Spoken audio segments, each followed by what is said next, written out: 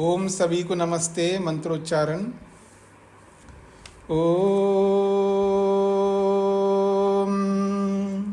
सहनाववतु सहनौ भुनक्तु सह वीर्यं करवावहै तेजस्विनावधीतमस्तु मा विद्विषावहै। ओम शांति शांति शांति।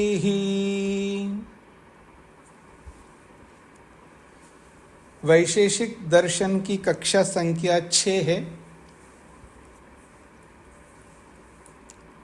प्रथम अध्याय के प्रथम आहनिक का चौथा सूत्र चल रहा है। पृष्ठ संख्या 7 है। धर्म विशेष प्रसूतात् द्रव्य गुण कर्म सामान्य विशेष समवायानां पदार्थानां साधर्म्य वैधर्म्याभ्यां तत्वज्ञानान् निश्रेयसम्। द्रव्य गुण कर्म सामान्य विशेष और समवाय रूपी इन 6 पदार्थों के साधर्म्य और वैधर्म्य से विशेष धर्म उत्पन्न होने से तत्वज्ञान होता है और उस तत्वज्ञान से निश्रेयस की प्राप्ति होती है। द्रव्य गुण कर्म सामान्य विशेष समवाय रूपी 6 पदार्थों के साधर्म्य और वैधर्म्य के कारण या साधर्म्य वैधर्म को विशेष रूप से जान लेने से उत्पन्न जो तत्वज्ञान है उस तत्वज्ञान से निश्रेयस की प्राप्ति होती है। ये सूत्र का अभिप्राय हुआ। अब भाष्य को समझेंगे। द्रव्य गुण कर्म सामान्य विशेष समवायानां पदार्थानां द्रव्यादीनां षण्णां पदार्थ पदवाच्यानां, जो द्रव्यादि षण्णां 6 पदार्थ से पदार्थ पद से कहे जाने वाले, क्योंकि ये सब पदार्थ कहलाते हैं, तो पदार्थ शब्द से कहे जाने वाले द्रव्यादि इन 6 पदार्थों के साधर्म्य वैधर्म्याभ्याम अन्यै सह समान धर्मत्वेन अर्थात तुल्य धर्मत्वेन, अन्यै सह दूसरों के साथ, समान धर्मत्वेन अर्थात तुल्य धर्म से। अन्यै सह का मतलब है जैसे द्रव्य है तो द्रव्य को अलग कर दो, बाकी 5 पदार्थ हो गए। तो द्रव्य का गुण कर्म सामान्य विशेष समवाय पदार्थों के साथ समान धर्म होने से, ऐसा इसका तात्पर्य होगा। अथवा आप गुण को अलग कर दो तो द्रव्य कर्म सामान्य विशेष समवायों का गुण से समान धर्म होने से, अर्थात गुण के साथ समानत्व होने से। ऐसे एक एक को रखो सामने, बाकी 5 को अलग कर दो, फिर एक अलग कर दो, फिर बाकी 5 का अलग करो। ऐसे 6 का परस्पर 6 के बीच में समानता है, तो समान रूप धर्म 6 में होने से। तथा विरुद्ध धर्मत्वेन, और इन 6 का विरुद्ध धर्म से, अर्थात अन्यो अन्य व्यावर्थक धर्मत्वेन, अन्यो अन्य व्यावर्तक धर्मत्वेन, अन्यो अन्य एक दूसरे से, व्यावर्तक कहते हैं अलग करने वाला, व्यावर्तक कहते हैं अलग करने वाला, एक दूसरे को अलग करने वाला धर्म होने से। जैसे पृथ्वी है, मान लीजिएगा पृथ्वी एक द्रव्य है और जल एक द्रव्य है, तो पृथ्वी के अंदर एक ऐसा धर्म है, वो धर्म जल से उसको अलग करता है। वो क्या धर्म है वो आगे पढ़ेंगे आप। तो ऐसे जल में एक ऐसा धर्म है जो बाकी सबसे अलग करेगा, वो उसको जल को बाकी सबसे अलग करेगा। ऐसे अग्नि में एक ऐसा धर्म है जो अग्नि को बाकी सब पदार्थों से अलग करेगा, ऐसा। तो ये सबके साथ लागू होगा। तो कह रहे हैं विरुद्ध धर्मत्वेन, विरुद्ध धर्मत्वेन, उसको खोला है अन्यो अन्य व्यावर्थक धर्मत्वेन, एक दूसरे से अलग करने का जो धर्म उसके अंदर है उससे। और वो पदार्थ के अंदर ऐसा धर्म जो बाकी पदार्थों से बिल्कुल अलग कर रहा है, वो जो धर्म होगा उसका अपना स्वयं का होगा। इसलिए कह रहे नैजिक गुणवत्वेन च, अपने निज गुण के कारण से, अपने निज स्वभाव के कारण से बाकियों को अलग करता है। ये स्पष्ट हो रहा है ना सभी को ये बातें। धर्म विशेष प्रसूतात् तत्वज्ञानात्, तो ये जो विशेष धर्म उत्पन्न होता है वो कहां पर होगा? विशेष धर्म आत्मनि प्रकटीभूत धर्म विशेषात्, जो आत्मा में प्रकट होने स्वरूप विशेष धर्म से, यानी आत्मा में वो प्रकट हो रहा है। अर्थात आत्मा और यहाँ मन अलग अलग नहीं देख रहे हैं, जो मन में प्रकट होने वाला जो विशेष धर्म है उससे, अर्थात वो विशेष धर्म क्या प्रकट हो रहा है? वो तत्वज्ञान हो रहा है। तो तत्वज्ञान रूपी विशेष धर्म से, तत्वज्ञान आख्यादेव धर्म विशेष प्रसूतात्, तत्वज्ञान आख्याद एव, तत्वज्ञान रूपी इस ज्ञान से ही, ये यूं कहिए विशेष धर्म के उत्पन्न होने से, ऐसा कहिएगा। तत्वज्ञानम एव आत्मनि प्रकटीभूतो धर्म विशेषः, तत्वज्ञान ही आत्मा में प्रकट होने का स्वरूप वाला है। अर्थात तत्वज्ञान ही आत्मा को प्रकट होता है, ऐसा तत्वज्ञान रूपी धर्म विशेष से क्या होगा? हैयिक आमुष्मिक धर्माभ्याम,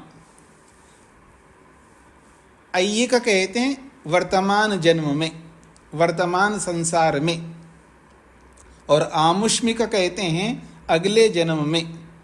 तो वर्तमान जन्म और अगले जन्म में,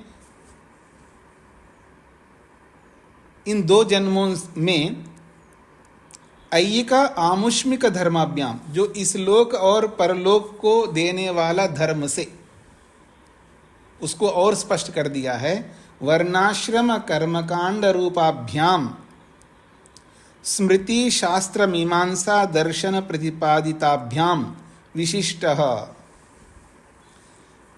तो ये जो ऐयिक और आमुष्मिक जो धर्म है, अर्थात वर्तमान जन्म में और अगले जन्म में मिलने वाला जो धर्म है, जो कि वर्णाश्रम कर्मकांड रूपाभ्याम, एक वर्णाश्रम रूपी धर्म है और एक कर्मकांड रूपी धर्म है। स्मृति शास्त्र मीमांसा दर्शन प्रतिपादिताभ्याम, जो कि स्मृति शास्त्रों में प्रतिपादित है वर्णाश्रम रूपी धर्म, और कर्मकांड रूपी धर्म जो है मीमांसा दर्शन में प्रतिपादित है। इन दोनों धर्मों से विशिष्ट, वो विशेष है। जो 6 पदार्थों का विशेष धर्म उत्पन्न हो रहा है, वो विशेष धर्म वर्णाश्रम रूपी धर्म से और कर्मकांड में उत्पन्न होने वाले धर्म, इन दोनों धर्मों से विशिष्ट, ये विशेष है, अलग है। यतः, क्योंकि तस्मात्, उस विशेष धर्म से निश्रेयसम, नितांतम श्रेयसम, कल्याणम, परम कल्याणम, मोक्षः भवति इति शेषः। निश्रेयस का अर्थ कर रहे हैं, निश्रेयसम नितांतम श्रेयसम, श्रेयस कहते कल्याण को, और नितांतम श्रेयसम बोला पूर्ण कल्याण, इसमें कोई भी दुख नहीं हो सकता, लेश मात्र भी उसमें कोई कमी न्यूनता नहीं हो सकती। ऐसे नितांत अर्थात संपूर्ण निश्रेयस को, अर्थात संपूर्ण कल्याण को, उसको और खोला है परम कल्याणम, परम कल्याण को। और वो परम कल्याण क्या है? मोक्षः, मोक्षः भवति, उसको मोक्ष हो जाता है। किससे मोक्ष हो रहा है? विशेष धर्म के उत्पन्न होने से। और वो विशेष धर्म कहाँ उत्पन्न हो रहा है? आत्मा में प्रकट हो रहा है। और वो क्या है आत्मा में प्रकट होने वाला? द्रव्य का, गुण का, कर्म का, सामान्य का, विशेष का और समवाय का। उन 6 पदार्थों का जो विशेष धर्म आत्मा में प्रकट हो रहा है, उस आत्मा में प्रकट होने वाले उस विशेष धर्म से, तो विशेष धर्म क्या है? तो तत्वज्ञान है। वो उस तत्वज्ञान से निश्रेयसम परम कल्याण रूपी मोक्ष हो जाता है, इसका तात्पर्य। ओंकार जी को क्या पूछना है?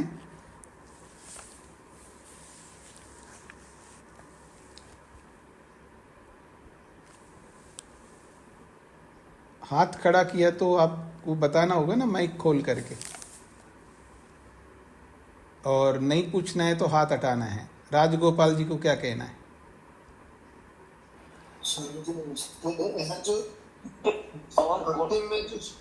द्रव्य और पदार्थ में क्या अंतर है? पदार्थ तो हम सभी को बोलते हैं, द्रव्य में किन किन पदार्थों को द्रव्य बोल सकते हैं, वो थोड़ा सा।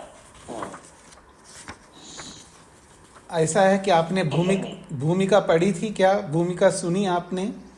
वैशेषिक दर्शन की भूमिका को, दोनों भूमिकाओं को सुना है आपने? हाँ सुना था, पर मुझे पूरा भी याद नहीं आ रहा था मेरे। ऐसा है, ये पारिभाषिक शब्द है। वैशेषिक दर्शन में पदार्थ कहते हैं, द्रव्य को भी पदार्थ कहते हैं, गुण को भी पदार्थ कहते हैं। तो इन 6 पदार्थ बताए, इन सबको पदार्थ कहते हैं। अब आपका क्या प्रश्न है? हमारा है कि द्रव्य भी हम बहुत सारे वस्तुओं को द्रव्य बोल देते हैं कि हाँ ये जल द्रव्य लेके आ जाओ, अनाज के लिए, फल के लिए वे द्रव्य बोल देते हैं। तो द्रव्य में कोई सीमित पदार्थों को द्रव्य बोल सकते हैं या सभी को? तो इसमें तो द्रव्य अलग है, द्रव्य सबको नहीं बोल सकते। तो व्यवहार में हम बहुत सारे पदार्थों को द्रव्य भी बोल देते हैं, तो वो नहीं बोलना चाहिए क्या स्वामी जी? ऐसा मैं आपसे किसको जैसे द्रव्य बोलते हो, वो तो दो तीन उदाहरण बताइए। जैसे हम किसी से मंगाते हैं कि हमारे ये द्रव्य ले आना, कुछ खाने के ये द्रव्य ले आना, कुछ पीने के और कपड़े जो भी है ऐसे बोल देते हैं। नहीं, इधर उधर मत भागे ना। आप बोलिए कपड़ा है, फल है, ऐसा बोलिए ना।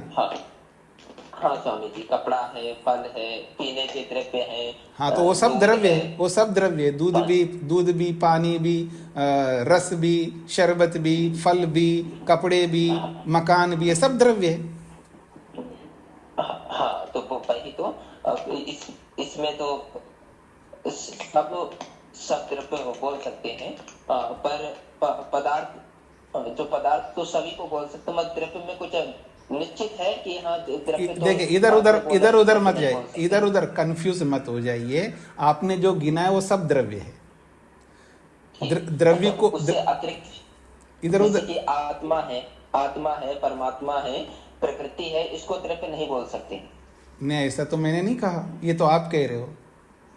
मैं आपसे बस ये पूछना चाह रहा था स्वामी जी। आप शांति रखिएगा, आप शांति रखिएगा, इसको सुनते जाइए, आपको पूरा समझ में आ जाएगा द्रव्य किसको बोलते हैं।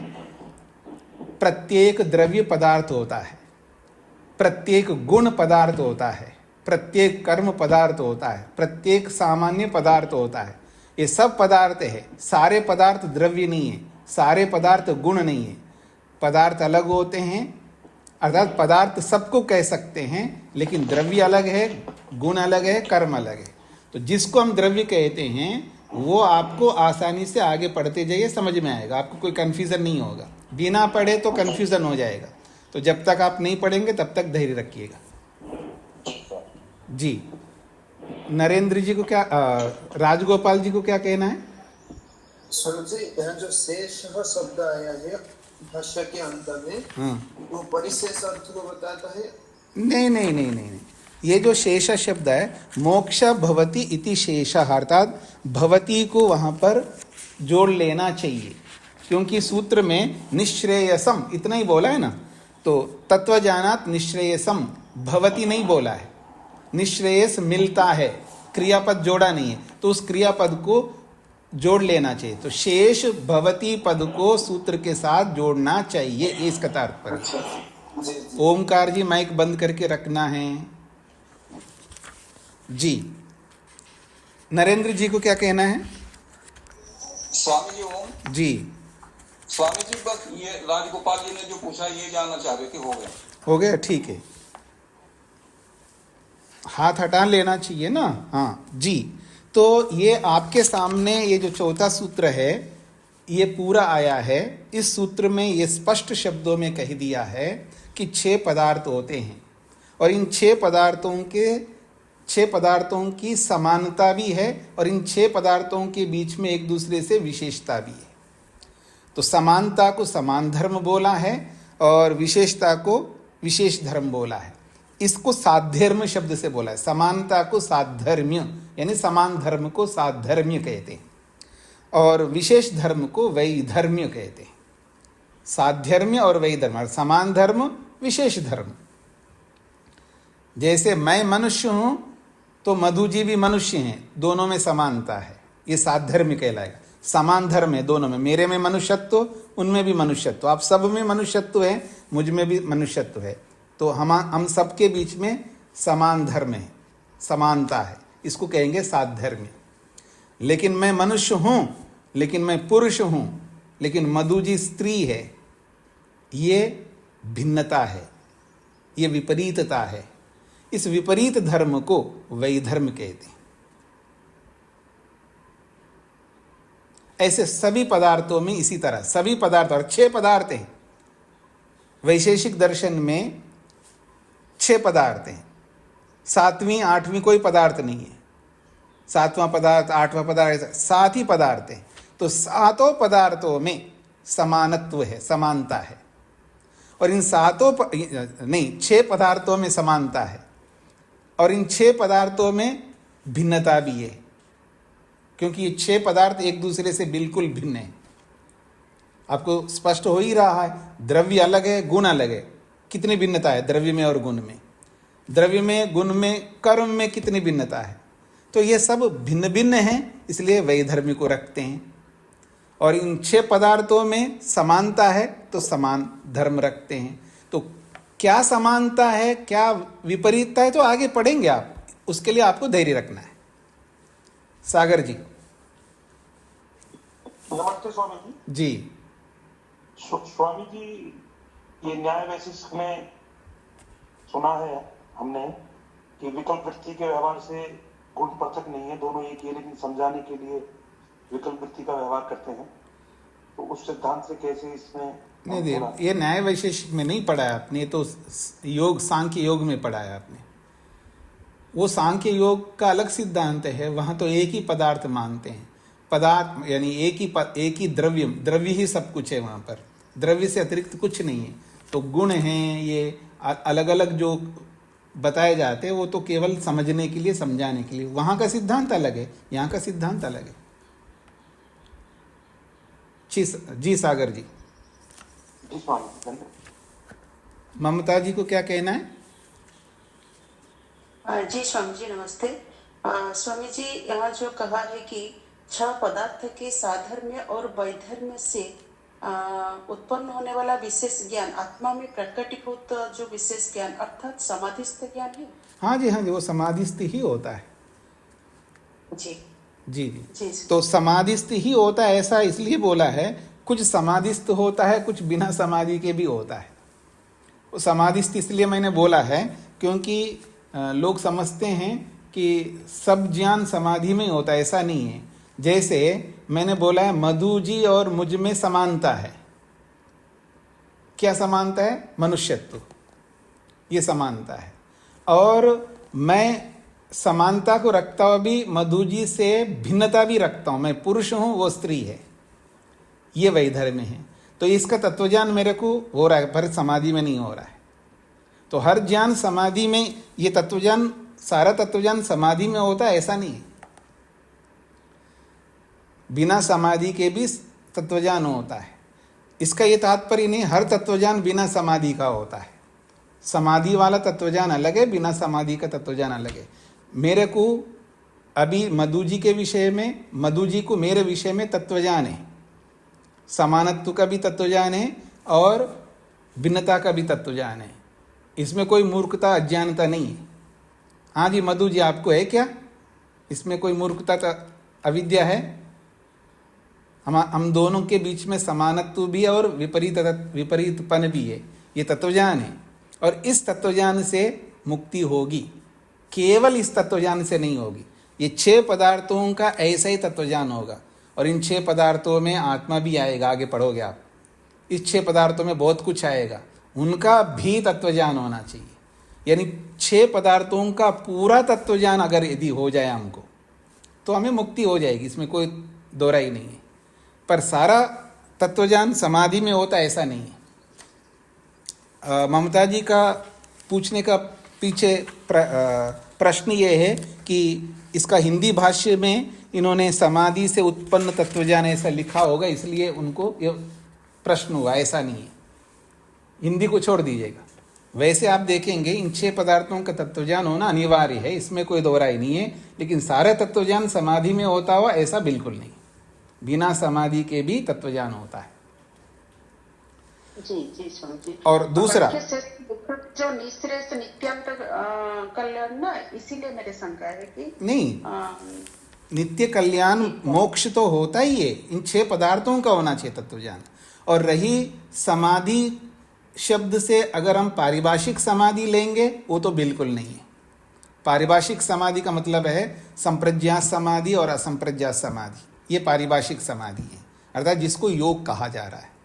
और जो क्षिप्त अवस्था में भी समाधि होती है, मूढ़ अवस्था में भी समाधि होती है, विक्षिप्त अवस्था में भी समाधि होती है, अगर उन सारी समाधियों को लेंगे तो इसमें मेरे कोई आपत्ति नहीं है। पर हिंदी में उस तरह का अर्थ अगर लेते हैं वो भाष्यकार, जो हिंदी करने वाले अनुवादक, हिंदी करने वाले जो अनुवादक ने इसका समाधि से उत्पन्न तत्वज्ञान से, तो इस समाधि का अर्थ क्षिप्त, मूढ़, विक्षिप्त, एकाग्र और निरुद्ध सभी समाधियों को ले रहे हैं तो मेरे कोई आपत्ति नहीं। अभी सभी को स्पष्ट हो गया जी जो मैं कहना चाह रहा हूं। अब सभी समाधियों से, समाधि जिन्होंने योग पढ़ा उन सबको समझ में आएगा ये बात। मैं प्रश्न करके देख लेता हूं कि जिन्होंने योग पढ़ा है उनको समझ में आया या नहीं आया, अभी परीक्षण हो जाएगा उनका। हाँ जी, सभी समाधियां होती हैं, ये बात सभी को समझ में आ रही है जी जिन्होंने योग पढ़ा है। क्षिप्त, मूढ़, विक्षिप्त भी समाधियां हैं। एकाग्र, निरुद्ध तो समाधि है ही है, लेकिन मन की 5 अवस्थाओं में समाधियां ही होती है। बस शर्त यह है कि उन 5 समाधियों को योग नहीं माना है। केवल एकाग्र अवस्था में होने वाली समाधि को, निरुद्ध अवस्था में होने वाली समाधि को ही योग माना है। इसलिए यहां यदि अनुवादक ने समाधि से उत्पन्न तत्वज्ञान ऐसा जो लिखा है, यदि ये पारिभाषिक संप्रज्ञात असंप्रज्ञात तक सीमित रख करके बोला है तो ऐसा अर्थ नहीं है इसका। और समाधि शब्द से वो सभी समाधियों को ले रहे हैं तो इसमें कोई आपत्ति नहीं। हाँ जी, शैलेंद्र जी को क्या कहना है? जी स्वामी जी, अभी वैशेषिक में 6 पदार्थों की बात होती है, लेकिन कुछ जगहों पर 7 पदार्थों की भी बात आई है। तो ये तो मैंने भूमिका में बोल ही दिया था ना, छाया को भी 7वां पदार्थ कुछ लोग मानते, पर कनाद ऋषि नहीं मानते, बस इतनी सी बात है। अभाव कहते हैं कि अभाव है। अरे वो छाया भी प्रकाश का अभाव है, उसी को 7वां पदार्थ मानते हैं कुछ लोग, पर कनाद जी नहीं मानते। और उसके 4 विभाग भी करते हैं अभाव के। देखिए 6 पदार्थों में एक पदार्थ द्रव्य है, उस द्रव्य के पता नहीं कितने भाग हैं, कितने विभाग हैं जी, उसमें कोई आपत्ति नहीं है जी। शेखर जी। जी प्रणाम स्वामी जी। तो जी। यहाँ पे स्वामी जी ऐसा इंटरप्रिटेशन करेंगे कि हम तत्व ज्ञान के लिए समाधि भी आवश्यक है। हाँ हाँ हाँ बिल्कुल। तत्वज्ञान 2 प्रकार का होता है, बिना समाधि वाला भी तत्वज्ञान होता है, और संप्रज्ञात और असंप्रज्ञात समाधि वाला जो तत्वज्ञान है वो भी तत्वज्ञान होता है। दोनों तत्वज्ञान की आवश्यकता है ना। किसी को बिना बिना समाधि के ये तत्व ज्ञान नहीं हो सकेगा, मतलब जो पूरा पूरा तत्व मोक्ष के लिए जो पूर्ण तत्वज्ञान है वो बिना योग के नहीं हो सकता, ऐसा बोल सकता हूँ। समाधि से फिर भी समाधि शब्द व्याख्या करना पड़ेगा, लेकिन योग बोलूंगा, बिना योग के पूर्ण तत्वज्ञान किसी को नहीं हो सकता। जी जी स्वामी जी। कुसुम जी को क्या कहना है?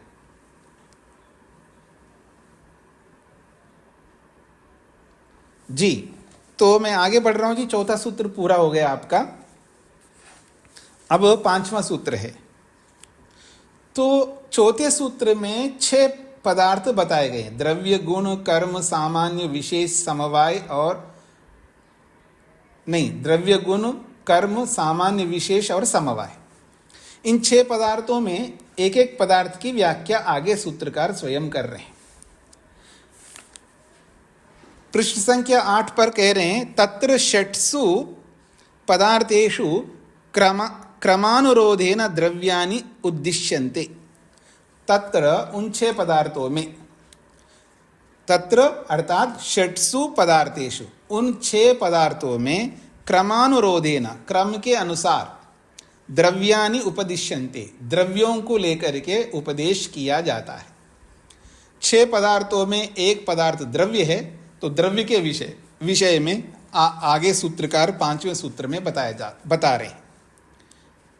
द्रव्य एक पदार्थ है, तो द्रव्य कितने प्रकार के होते हैं उसको इस सूत्र में स्पष्ट किया जा रहा है। पृथ्वी, आपः, तेजः, वायुः, आकाशम, कालः, दिक्, आत्मा, मन इति द्रव्याणि। पृथिव्यापस्तेजो वायुराकाशम कालो दिगात्मा मन इति द्रव्याणि। ये सब याद करने योग्य सूत्र है जी। पृथिव्यापस्तेजो वायुराकाशम कालो दिगात्मा मन इति द्रव्याणि। महर्षि कणाद कहते हैं, पृथ्वी, आपः अर्थात जल, तेजः अर्थात अग्नि, वायु आकाश, ये 5 द्रव्य हो गए। काल 6ठा द्रव्य, दिक् दिशाएं, ये 7वां द्रव्य, आत्मा 8वां है, मन 9वां है। 9 प्रकार के द्रव्य होते हैं। इन 9 प्रकार के द्रव्यों को जान लेने से हम तत्वज्ञान प्राप्त कर सकते, अर्थात हम मुक्ति के अधिकारी बन सकते हैं। इन 9 प्रकार के द्रव्यों को जान लेने से हम मुक्ति के अधिकारी बन सकते हैं। तो यहां पर 5 भूत बताए गए जी। पृथ्वी, जल, अग्नि, वायु, आकाश, ये 5 भूत है। और काल को समझना अनिवार्य है। मुक्ति को प्राप्त करना है तो काल को समझना होगा। काल को समझे बिना मुक्ति नहीं हो सकती। जो समय का पालन नहीं कर सकता, जो समय का पालन नहीं कर सकता, उसको मुक्ति नहीं मिल सकती। ये सबके साथ जुड़ेगा। ये एक समय का पालन तो इस काल का एक अंश है। काल तो बहुत बड़ा है। समय का पालन का मतलब है काल में एक छोटा सा अंश है समय का पालन करना। मैं ये भी कह सकता हूं आपको कि बिना भूत को समझे मुक्ति नहीं हो सकती, बिना भविष्यत को समझे मुक्ति नहीं हो सकती, बिना वर्तमान को समझे मुक्ति नहीं हो सकती। यानी हमें भूतकाल को भी समझना है। हाँ, ये याद रखना, हमें अपने भूतकाल को भी समझना है। हमें इन 9 पदार्थों के भूतकाल को भी समझना है। इन 9 पदार्थों के वर्तमान काल को भी समझना है। इन 9 पदार्थों के भविष्यत काल को भी समझना है। तो काल को समझे बिना मुक्ति नहीं, दिशाओं को समझे बिना मुक्ति नहीं। कोई ये सोचे कि मैं बिना दिशा के काम कर लूंगा, अपना प्रयोजन सिद्ध करूंगा, नहीं कर पाएगा। उसको दिशाओं का अनिवार्य संबंध है। जिसके साथ अनिवार्य संबंध है उसको जानना ही होगा। और आत्मा, आत्मा ये जाति में आत्मा है। जीवात्मा भी इस आत्मा से लेंगे, परमात्मा भी इस आत्मा से लेंगे। तो आत्मा एक द्रव्य है। मनः, मन को भी समझना होगा। अब यहाँ पर महर्षि कणाद ने मन मुख्य होने से मन को ले लिया इन्होंने। बुद्धि भी आएगा, अहंकार भी आएगा, मन से सब कुछ आ जाएंगे। अंतःकरण चतुष्टय मन से आ जाएगा, मन से इंद्रियां भी आ जाएंगी, सब कुछ आ जाएंगे इसके साथ में, मन के साथ में।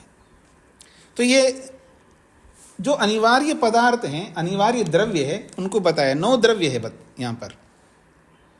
पृथ्वी, आपः, अग्नि, वायु, आकाश, काल, दिक्, दिशा और काल, दिक् और आत्मा, मन।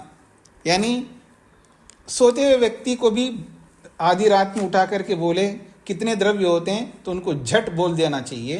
पृथ्वी, जल, अग्नि, वायु, आकाश 5, काल 6, दिशाएं 7, आत्मा 8 और मन 9। बस कितना सरल है। हो गया आपका ये 5वां सूत्र। आगे बढ़ता हूं। तो द्रव्य 9 प्रकार के द्रव्य हो गए जी, 9 प्रकार के द्रव्य।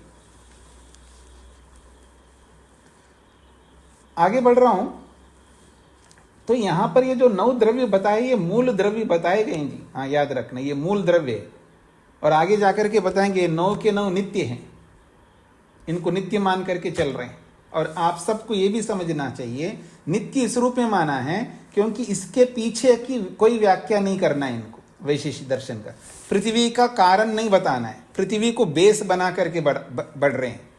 ऐसे इन 9 पदार्थों को बेस, आधार बना करके इसके आगे की बात कर रहे हैं, इसलिए इसको नित्य माना है इस शास्त्र की दृष्टि से।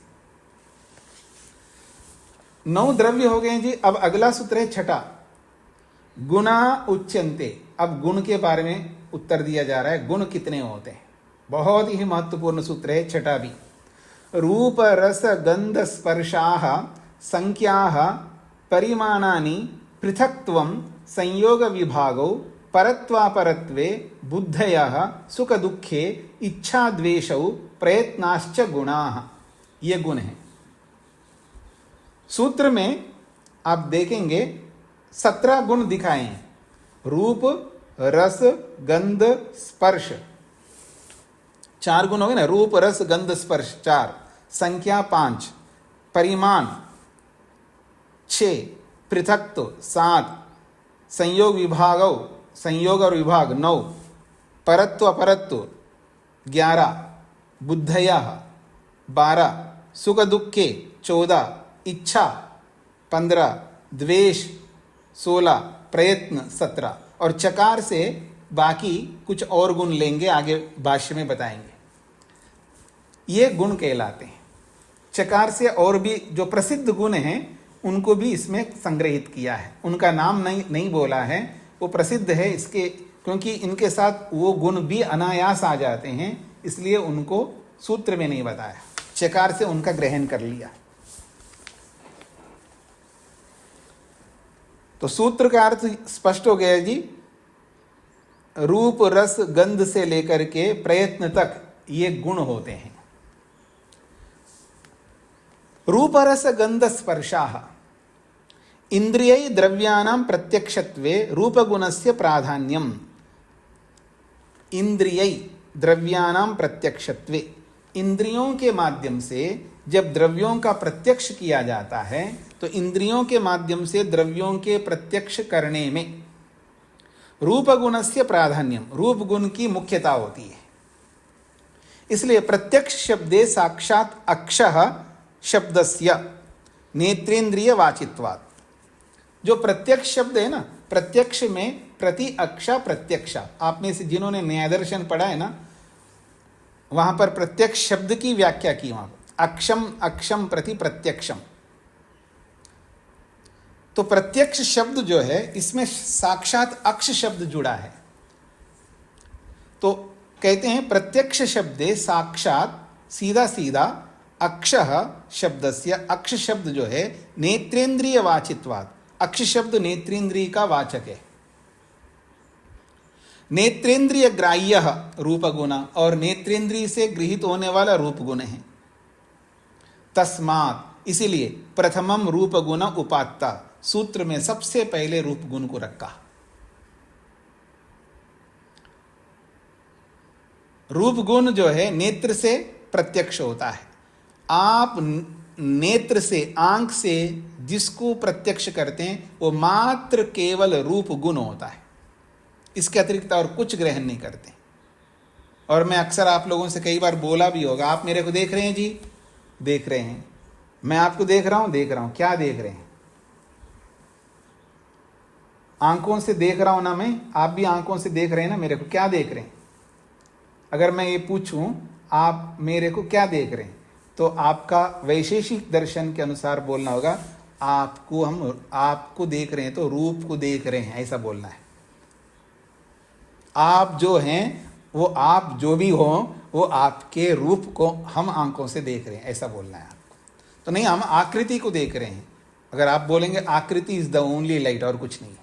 आकृति इट मीन्स लाइट, प्रकाश, रूप, कलर, और कुछ नहीं।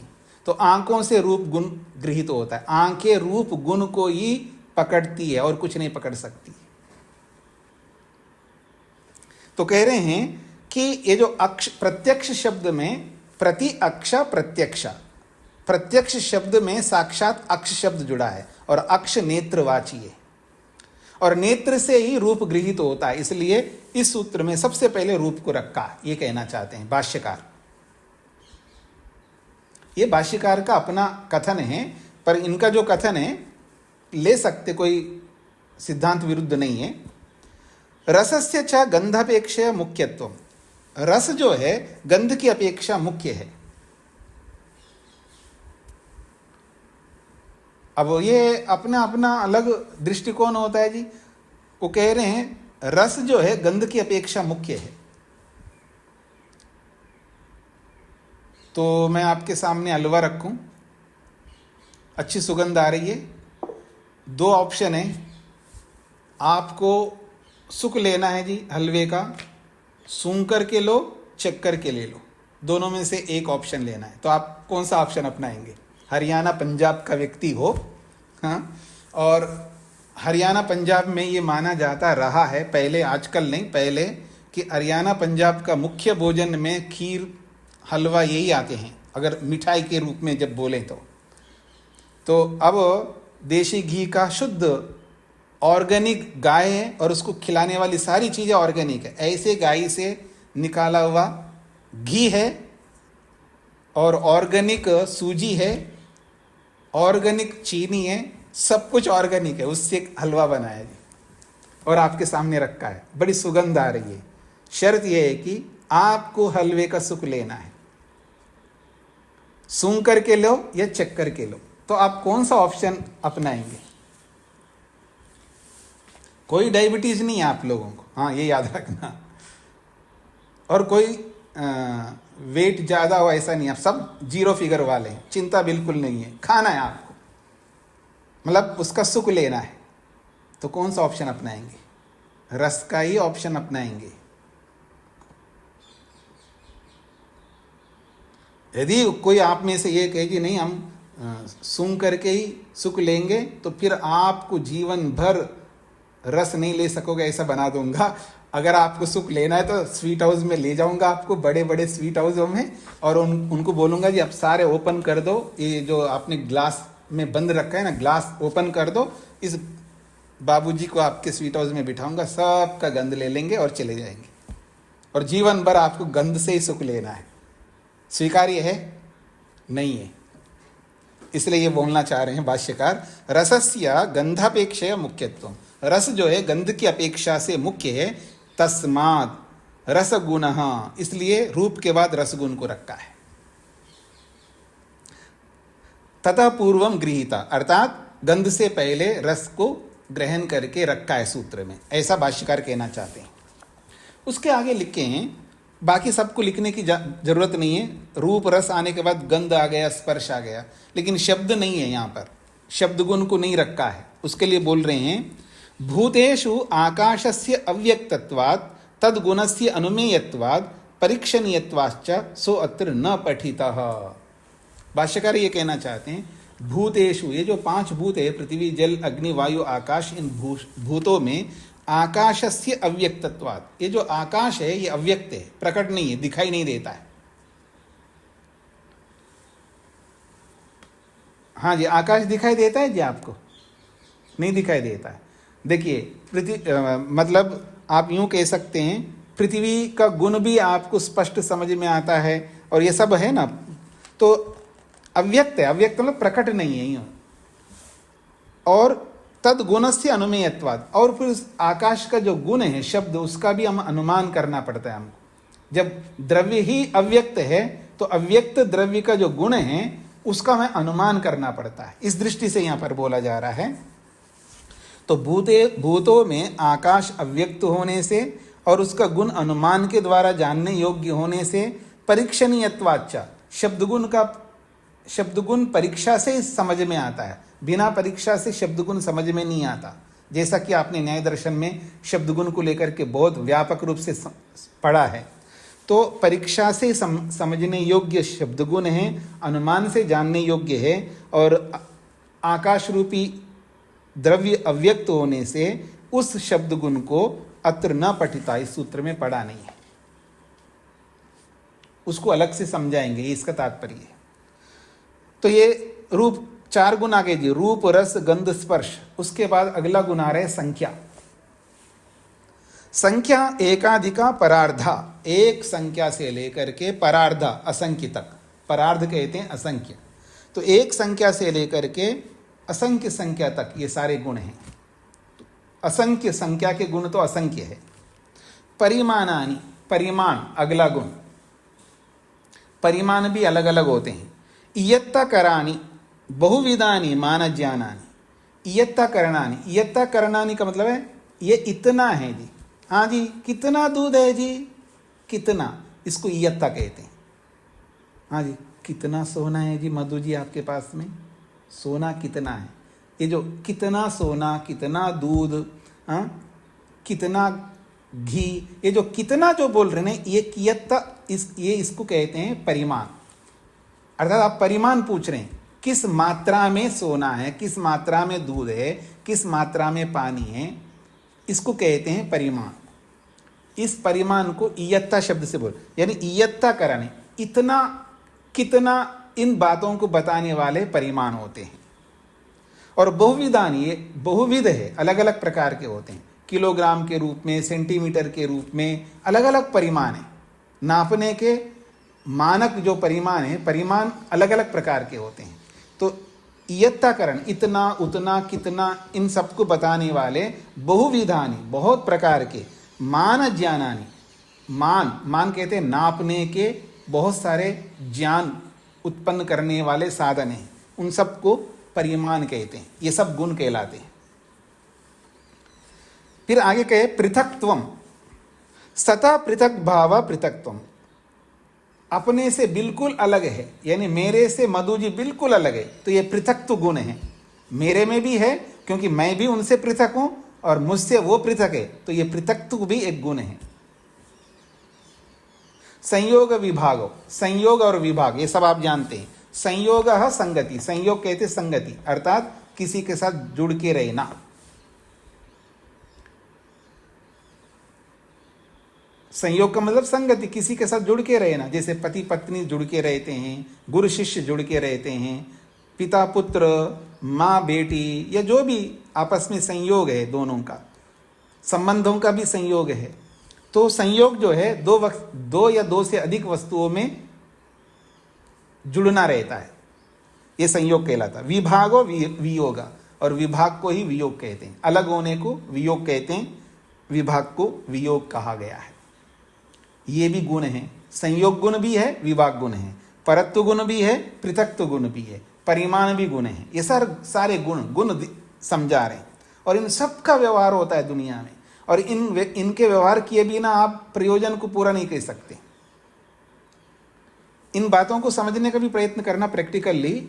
ये जो गुण बताए जा रहे हैं, अगर कोई व्यक्ति इन गुणों का प्रयोग नहीं करेगा तो व्यवहार सिद्ध नहीं कर पाएगा, और जो व्यवहार सिद्ध नहीं कर पाएगा वो अभ्युदय सुख को प्राप्त नहीं कर पाएगा, और जो अभ्युदय सुख को प्राप्त नहीं कर पाएगा वो निश्रेयस मुक्ति सुख को भी कभी नहीं प्राप्त कर पाएगा। इसलिए ये सारा समझना हमारे लिए अनिवार्य है। ये क्या पृथक तो बोल रहे, समझ में नहीं आ रहा, अब ये मस्तिष्क में से, मन से निकाल दो। समझ में नहीं आ रहा है तो समझो। आप क्या समझते हैं? मुक्ति का मतलब सरल है कि बिना समझे, बिना ज्ञान किए, बिना तत्वज्ञान के मुक्ति हो जाएगी? मुक्ति प्राप्त करनी है तो आपको समझना होगा, एक एक गुण को समझना होगा, बीच में प्रश्न नहीं। तो आगे बढ़ता हूं मैं, पूरा हो जाए फिर प्रश्न पूछिएगा। तो ये जो बताया गया है संयोग और विभाग, फिर कहा परत्व अपरत्वे। परत्व गुण भी होता है, अपरत्व भी एक गुण होता है। दिक्कालो आश्रित्य परस्पर अपेक्षा बुद्धिजन्यो दूर समीप लक्षणों व्यवहारो। ये परत्व क्या होता है, अपरत्व क्या होता है, समझा रहे हैं जी। दिक्कालो आश्रित्य, दिशा को आश्रय बना करके और काल को आश्रय बना करके, दो प्रकार से परत्व अपरत्व गुण होते हैं। दिशा को ध्यान में रख करके या काल को ध्यान में रख करके। परस्पर अपेक्षा बुद्धिजन्यो, परस्पर एक दूसरे की अपेक्षा से उत्पन्न होने वाले।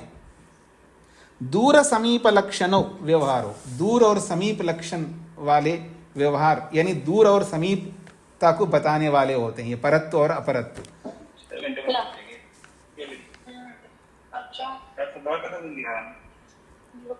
कविता जी माइक बंद करके रखना है, व्यवधान उत्पन्न नहीं करना। तो ये जो परत्व का मतलब है दूर और अपरत्व का मतलब है समीप। तो दूर और समीप, ये दूर है, ये समीप है, ये भी गुण है।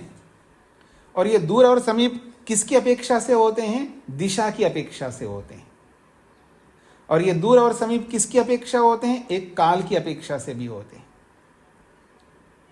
देखिएगा, मैं बोलूं शेखर जी स्वामी श्रद्धानंद जी के समीप है, शेखर जी स्वामी दयानंद की अपेक्षा से दूर है, ये काल की अपेक्षा है। यानी स्वामी श्रद्धानंद जी काल की अपेक्षा से शेखर जी के निकट हैं, और स्वामी दयानंद सरस्वती जी जो है वो दूर भी है श्रद्धानंद जी की अपेक्षा से। श्रद्धानंद जी इनकी अपेक्षा से दूर है, लेकिन श्रद्धानंद जी से भी दूर है स्वामी दयानंद सरस्वती, ऐसे सबके साथ। तो काल की दृष्टि से भी समीप दूर होता है और दिशा की अपेक्षा से भी समीप दूर होता है। अब ये मेरे को बताया, मैं गुजरात में बैठा हूं, कश्मीर की अपेक्षा से दिल्ली मेरे लिए समीप है, ये दिशा है। पूर्व दिशा में मतलब उत्तर कहूंगा, उत्तर मेरे उत्तर में दिल्ली भी है और मेरे उत्तर में कश्मीर भी है। तो ये दिशा की अपेक्षा से, तो दिशा की अपेक्षा से भी समीप दूर होता है और काल की अपेक्षा से भी समीप दूर होता है। तो ये है परत्व का मतलब दूर, अपरत्व का मतलब समीप।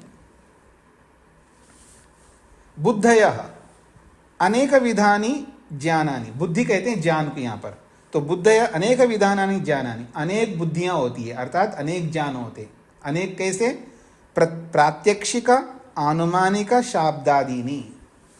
प्रात्यक्षिक ज्ञान को, प्रत्यक्ष ज्ञान को प्रात्यक्षिक ज्ञान कहते, अनुमान वाले ज्ञान को आनुमानिक ज्ञान कहते हैं, और शब्द ज्ञान को शाब्दिक ज्ञान कहते हैं। प्रत्यक्ष से होने वाले ज्ञान को प्रात्यक्षिक, अनुमान से होने वाले ज्ञान को आनुमानिक, और शब्द से होने वाले ज्ञान को शाब्दिक ज्ञान कहते हैं। तो ये अनेक प्रकार के ज्ञान होते हैं, ये भी गुण हैं। सुख दुखे सभी को पता है, हर्ष का नाम सुख है और खेद का नाम है दुख है। हर्ष खेदो अर्थात सुख दुख, सुख भी गुण है और दुख भी गुण है, हर्ष भी गुण है और खेद भी गुण है। इच्छा द्वेषो ये भी गुण है, इच्छा और द्वेष। अभिलाष अभिद्रोह, अभिलाष अभिद्रोह, इच्छा द्वेष को अभिलाष और अभिद्रोह शब्द से बोला है। अभिलाषा का मतलब इच्छा, अभिद्रोह का मतलब द्वेष। प्रयत्नाः च गुणाः, तो वाग इंद्रिय शरीर व्यवहाराः च का, तो वाग इंद्रिय शरीर व्यवहार, वाणी से भी प्रयत्न करते हैं हम लोग। वाग इंद्रिय शरीर व्यवहार, वाग वाणी इंद्रिय, यहां पर इंद्रिय से बाकी जो कर्मेंद्रिय हैं उनको ले रहे हैं, सारी इंद्रिय नहीं, वो तो ज्ञान इंद्रिय हो गए। तो कर्मेंद्रियों में वाणी को अलग कर दिया, बाकी 4 कर्मेंद्रियां, तो वाक को अलग रखा है विशेष होने से।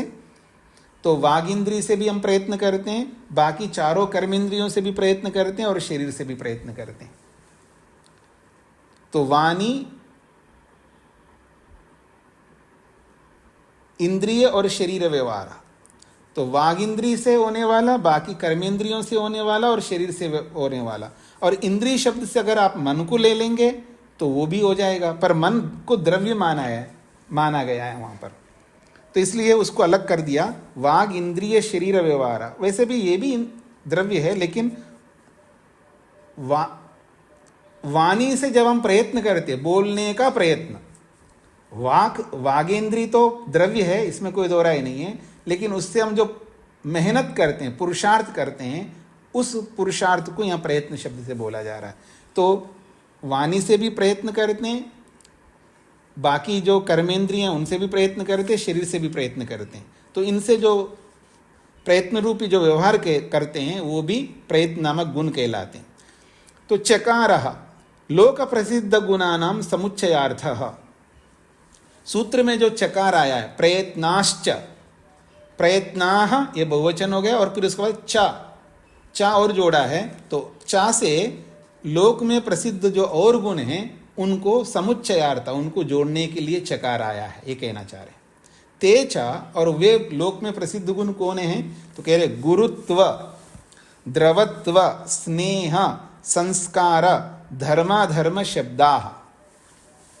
गुरुत्व भारीपन, ये भी गुण है। द्रवत्व तरलपन, स्नेह चिकनापन, संस्कार जो है 3 प्रकार के होते हैं, वो अभी बताऊंगा। संस्कार ये भी गुण है, और धर्म भी गुण है, और अधर्म भी गुण है, और शब्द भी गुण है। तो ये हो गए जी 1 2 3 4 5 6 7, ये 7 प्रकार के गुण यहां पर गिना है, और वो 17 और ये 7 कितने हो जाएगी 24। एवं चतुर्विंशतिर गुणाः, इस प्रकार से 24 गुण होते हैं। 24 प्रकार के गुण हैं। अब इन 24 प्रकार के गुणों में कौन गुण किसके होते हैं, कैसे होते हैं, उसको समझाया जा रहा है। रूप रस गंध स्पर्श परत्व अपरत्व गुरुत्व द्रवत्व स्नेह वेगाः, ये जो संस्कार है वो 3 प्रकार के होते हैं जी। एक तो वेग संस्कार होता है, जिसको आप कहते हैं फोर्स, जैसे कुम्हार घड़े बनाने के लिए चक्र को घुमाता है, खूब घुमा करके छोड़ देता है, उसको घुमा करके उसके अंदर एक एनर्जी छोड़ देता है, फोर्स छोड़ देता है, उसको वेग कहते हैं, उसको वेग संस्कार कहते हैं। जैसे कोई धनुर्धारी धनुष को पकड़ करके तीर लगा करके उसमें ऐसे खींचता है ना, प्रत्यंचा को पीछे, तो बाण को ऐसे खींचता है, जितना खींच करके रखता है उतना उसके अंदर एक फोर्स पैदा करता है, उसको वेग संस्कार कहते हैं। तो ये वेग संस्कार एक होता है, और एक होता है स्थिति स्थापक संस्कार। स्थिति स्थापक संस्कार का मतलब होता है, जैसे इधर देखिए मेरी ओर, देख रहे हैं मेरी ओर, उदाहरण देना होगा ना आपको।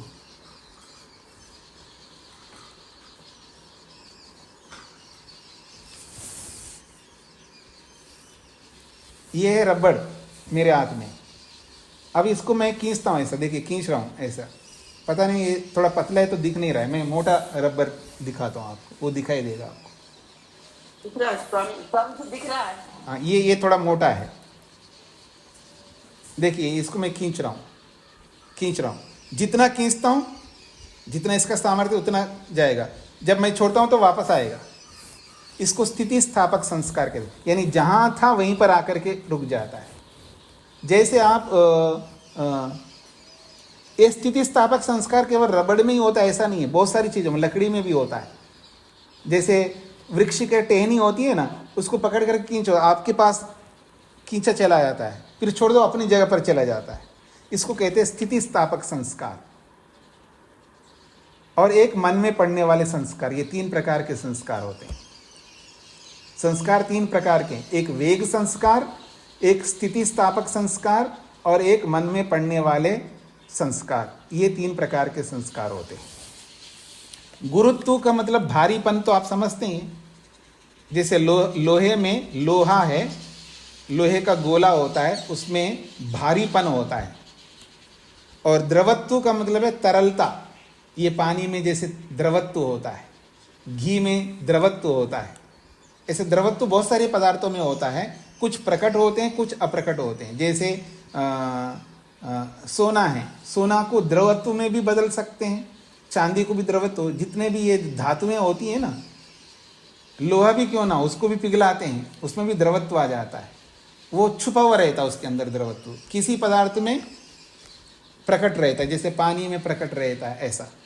तो द्रवत्व एक गुण है। स्नेह का मतलब चिकनापन, चिकनापन भी एक विशेष गुण है। जैसे घी में चिकनापन है, घी एक द्रव्य है, घी में चिकनापन भी है, द्रवत्व भी उसके अंदर है, चिकनत्व भी उसके अंदर है। संस्कार तो, और धर्म भी एक संस्कार है, और अधर्म भी एक संस्कार है, और शब्द भी एक गुण है। ये सारे गुण हैं। नहीं, धर्म संस्कार नहीं कह रहा, गलत बोला। धर्म भी एक गुण है, अधर्म भी एक गुण है। तो गुरुत्व, द्रवत्व, स्नेह, संस्कार, धर्म, अधर्म, शब्द, ये 7 गुण हो गए।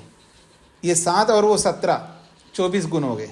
अब कह रहे हैं रूप, रस, गंध, स्पर्श, परत्व, अपरत्व, गुरुत्व, द्रवत्व, स्नेह, वेग। रूप गुण, रूप, रस, गंध, स्पर्श, परत्व, अपरत्व, गुरुत्व, द्रवत्व, स्नेह, वेगा, ये सब के सब गुण मूर्तानाम गुणः, ये मूर्त द्रव्यों के गुण हैं। मूर्त का मतलब जो दिखाई देते हैं हमको, जो आसानी से समझ में आते हैं हमको, उनको मूर्त द्रव्य कहते हैं, उनके गुण है ये। फिर कहा बुद्धि, सुख, दुख, इच्छा, द्वेष, प्रयत्न, धर्म, अधर्म, भावना, शब्दाः, ये अमूर्त द्रव्यों के गुण हैं। मूर्त द्रव्यों के गुण क्या है? रूप, रस, गंध, स्पर्श, परत्व, अपरत्व, गुरुत्व, द्रवत्व, स्नेह, वेग, ये 9 गुण जो है ये मूर्त द्रव्यों के गुण हैं। और अमूर्त द्रव्यों के बुद्धि, सुख, दुख, इच्छा, द्वेष, प्रयत्न, धर्म, अधर्म, भावना, शब्द, ये 9 गुण जो है अमूर्त द्रव्यों के हैं। तो 9 9 18 हो गए। बाकी 6 गुण हैं विशेष: संख्या, परिमाण, पृथक्त्व, संयोग, विभाग। संख्या, परिमाण, पृथक्त्व, संयोग, विभाग, ये 5 गुण हैं। ये 5 गुण जो है उभयेषाम गुणा, ये दोनों के हैं, अर्थात मूर्तों के भी है और अमूर्तों के भी। तो 18 और 5 23 हो गए ना। मैं गलत पढ़ा है क्या? स्वामी जी वेग छूट गया। वेग, हाँ, वेग वेग वेग। तो रूप, रस, गंध, स्पर्श, परत्व, अपरत्व, गुरुत्व, द्रवत्व, स्नेह और वेग। हाँ, तो मूर्त द्रव्यों के तो 10 है और अमूर्त द्रव्यों के 9 है, 19, और 5 गुण जो है दोनों के हैं। तो ये इस प्रकार से 24 गुण हो गए।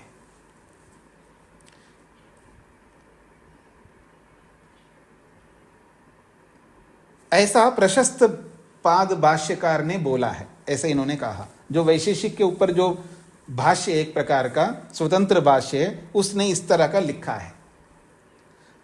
10 गुण तो मूर्त द्रव्यों के अंदर है और 9 गुण जो है अमूर्त द्रव्यों के अंदर है, और ये 5 गुण जो है दोनों के अंदर है। ये 24 गुण है। मानिए 9 द्रव्यों के ये गुण है, ये 24 गुण जो है आपको भूमिका में पता लग गया है कि जितने भी गुण होते हैं वो द्रव्याश्रयी होते हैं। ये मूल सिद्धांतों को हमेशा दिमाग में रखना होगा आपको। जितने भी गुण होते हैं वो सारे के सारे गुण द्रव्यों के अंदर होते हैं। तो ये 9 द्रव्य बताएं। इन 9 द्रव्यों में कुछ द्रव्य हैं अमूर्त और कुछ द्रव्य है मूर्त। तो मूर्त द्रव्य, अमूर्त द्रव्य। तो मूर्त द्रव्यों के 10 गुण हैं और अमूर्त द्रव्यों के 9 गुण हैं और 5 गुण दोनों हैं, मूर्त द्रव्यों के भी और अमूर्त द्रव्यों के भी। ये आपको समझना है और इन 24 गुणों को अच्छी तरह समझ करके आइएगा। कल मैं प्रश्न करूंगा तो आपको बताना होगा ये गुण किस द्रव्य का है, तो आपको झट बताना होगा। ये गुण किस द्रव्य का है, झट बताना होगा। और मैं बोलूं, किसी से पूछूं पृथकत्व किस द्रव्य का गुण है, सभी द्रव्यों का गुण है, ऐसा बोलना होगा। क्योंकि पृथकत्व जो है मूर्त द्रव्यों के अंतर भी है और अमूर्त द्रव्यों के अंतर्गत भी है। संख्या गुण जो है, संख्या तो हर द्रव्य में रहेगी, तो दोनों द्रव्यों में रहने वाली संख्या, तो दोनों द्रव्य अर्थात दोनों प्रकार मूर्त द्रव्य और अमूर्त द्रव्यों में कौन से गुण होते हैं, तो आपको बताना होगा ये 5 गुण। और 10 गुण ऐसे हैं जो केवल मूर्त द्रव्यों में होते हैं, वो कौन से हैं आपको बताना होगा। और ये 9 द्रव्य जो है, 9 गुण जो है अमूर्त द्रव्यों में होते हैं, वो कौन से हैं तो आपको बताना होगा। ये बहुत महत्वपूर्ण सूत्र है, इनको अच्छी तरह आप सबको समझना है। बिंदनी जी को क्या पूछना है जी? जी नमस्ते स्वामी जी। ये जो धर्म धर्म भावना है, ये एक ही शब्द है क्या? धर्म और भावना को आप अलग कर रहे हैं। धर्म भावना अंतिम अनुच्छेद का। हाँ जी, हाँ जी, हाँ जी, हाँ जी, हाँ जी, ठीक ठीक। तो वो भावना जुड़ा हुआ है ना धर्म के साथ। नहीं, ये भावना, हाँ जी, भावना अलग है। तो एक मिनट, बुद्धि, रुकिए मैं सब बता। बुद्धि, सुख, दुख, इच्छा, द्वेष, प्रयत्न, धर्म, अधर्म, भावना। अच्छा, तो ये लास्ट में शब्द है। हाँ जी, शब्द है। तो भावना से इन्होंने वो संस्कार ले रहे हैं, यानी वेग, स्थितिस्थापक, भावना, जो कार्य हम करते हैं उनका संस्कार चित्त पर पड़ता है, ये भावना। अच्छा, ये जो मैंने मन में पड़ने वाला संस्कार जो बोला है उसको भावना शब्द से बोल रहे हैं यहाँ पर। मन में जो पड़ने वाला संस्कार है उसको भावना शब्द से बोल रहे हैं। तो फिर अगर भावना को लेंगे तो फिर तो ये तो बढ़ जाएंगे जी, बढ़ जाएगा। हाँ जी, लेकिन ये 24 अधर्म भावना ऐसा होगा शायद। हाँ जी, हाँ जी। तो इसमें हम लोग लेंगे गुरुत्व, द्रवत्व, स्नेह, संस्कार, धर्माधर्म, शब्द। गुरुत्व, द्रवत्व, स्नेह, संस्कार, धर्म, अधर्म, शब्द। तो ये ऐसा है कि इन्होंने प्रकार को भी इसमें जोड़ दिया है। वैसे ये 24 की दृष्टि से मत देखना, कल मैं इसको और अच्छी तरह बता दूंगा। इसको 24 गुण के रूप में नहीं देखना, इसको वो जो प्रकार है ना, संस्कार के जो प्रकार है उसको भी इसमें जोड़ करके संख्या बढ़ रही है। संख्या बढ़ने के पीछे कारण है वो प्रकार को भी जोड़ दिया इन्होंने, तो इसलिए ये संख्या बढ़ रही है। कोई बात नहीं, हम कल और अच्छी तरह समझ लेंगे। वो प्रकार को ना जोड़ करके मूल को देख लेंगे, तो मूल के रूप में भी कल बता दूंगा। प्रकारों को जोड़ेंगे तो कितना बढ़ जाता है वो भी कल बता दूंगा। और बाकियों के जो भी प्रश्न हैं मैं कल आपको सबके प्रश्नों के उत्तर दे दूंगा, फिर आगे बढ़ूंगा। आज इतना ही रखते हैं, क्योंकि काफ़ी लोगों ने प्रश्न हाथ खड़ा किया है, लेकिन समय भाग रहा है। क्योंकि समय, जैसे समय पर तो कुछ लोग आते नहीं, लेकिन जैसे ही 7 बजता है ना तो थोड़ा भी ऊपर होता है तो बहुत सारे लोग हट जाते ग्रुप से। तो इसलिए मैं ज़्यादा ना ले लूँ। तो ओम शांति शांति शांति ही।